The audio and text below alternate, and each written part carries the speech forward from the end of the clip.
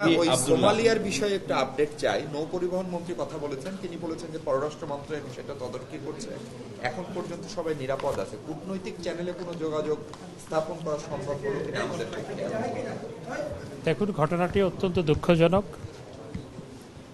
ইতিপূর্বেও একই কোম্পানির একটি জাহাজ এভাবে জলদস্যুরা নিয়ন্ত্রণে নিয়েছিল।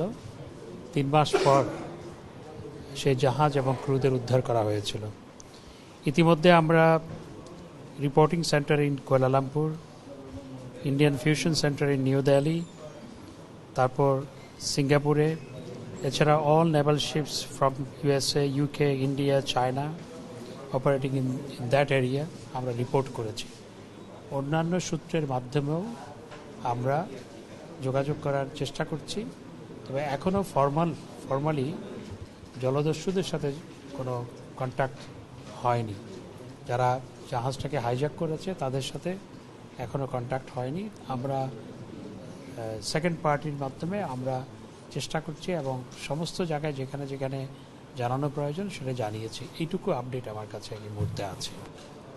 এইটা নিয়ে কি আমাদের প্রধানমন্ত্রী কোনো নির্দেশনা দিয়েছেন বা আমাদের গোয়েন্দা সংস্থা বা তারাও কাজ করছেন? অবশ্যই গোয়েন্দা সংস্থাগুলো কাজ করছে। মাননীয় প্রধানমন্ত্রী এই বিষয়ে অত্যন্ত কনসার্ন এবং এই বিষয়টি মন্ত্রিসভায়ও অনানুষ্ঠানিক আলোচনায় এটি আলোচিত হয়েছে। তারা একটা বড় আকারের মুক্তিপণ দাবি করেছে এবং হত্যার হুমকি।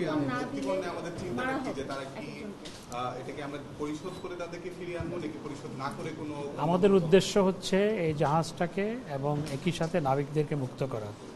What would be our strategy সেটা তো ইন পাবলিক বলার বিষয় নয়।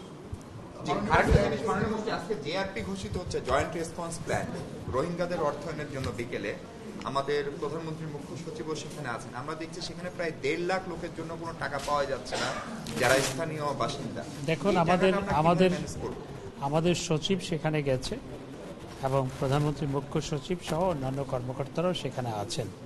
তাদের কাছ থেকে আপডেট পাওয়ার আগে আমি তো মনে হয় এই ব্যাপারে বলা অনুচিত।